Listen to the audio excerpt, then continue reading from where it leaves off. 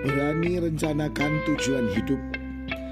Sebab siapakah di antara kamu yang kalau mau mendirikan sebuah menara tidak duduk dahulu membuat anggaran biayanya, kalau-kalau cukup uangnya untuk menyelesaikan pekerjaan itu.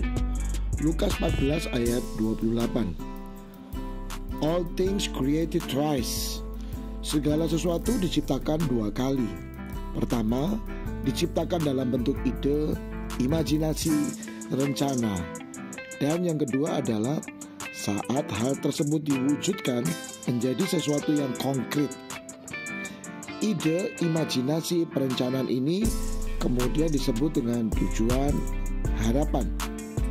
Jika kita menyelidiki banyak nama-nama besar di abad 20 sampai 21, khususnya di bidang teknologi informasi, seperti Bill Gates, penemu Microsoft, Mark Zuckerberg, penemu Facebook, Sergey Brin dan Larry Page, pendiri mesin pencari paling terkenal Google, Jeff Bezos, pendiri situs belanja online pertama yaitu Amazon, dan masih banyak nama lagi, maka kita menemukan kesamaan bahwa mereka adalah orang-orang yang mencoba menemukan sebuah tujuan dari sebuah situasi atau permasalahan yang dihadapi.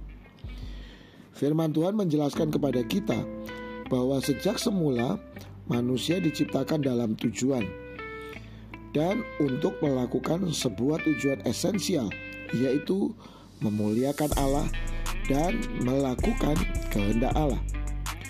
Menjalani hidup yang bertujuan ilahi ini bukan berarti membuat hidup kita seperti pasrah, tidak boleh punya rencana atau plan, atau jika mau berpikir rencana, itu semua hanya terfokus hal rohani atau pelayanan.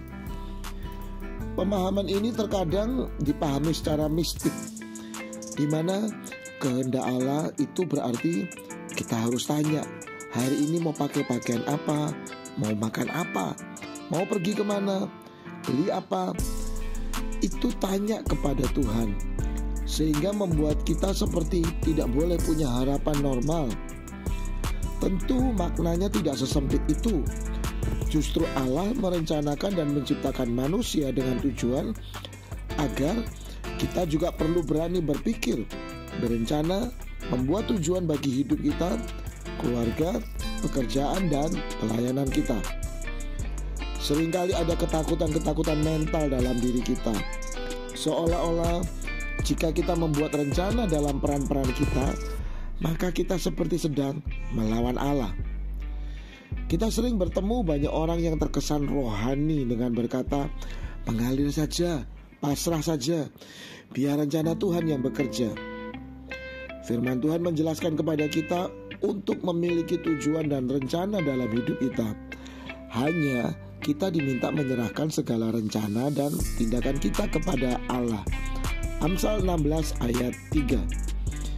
Kata menyerahkan di sini bermakna menyelaraskan tujuan kita dengan tujuan Allah.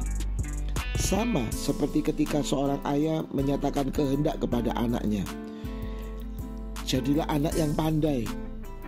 Maka kehendak ayah ini diterjemahkan dengan sang anak pasti berani menyusun rencana belajarnya sendiri, bagaimana rencana tugas dan proyek sekolahnya harus dilakukan.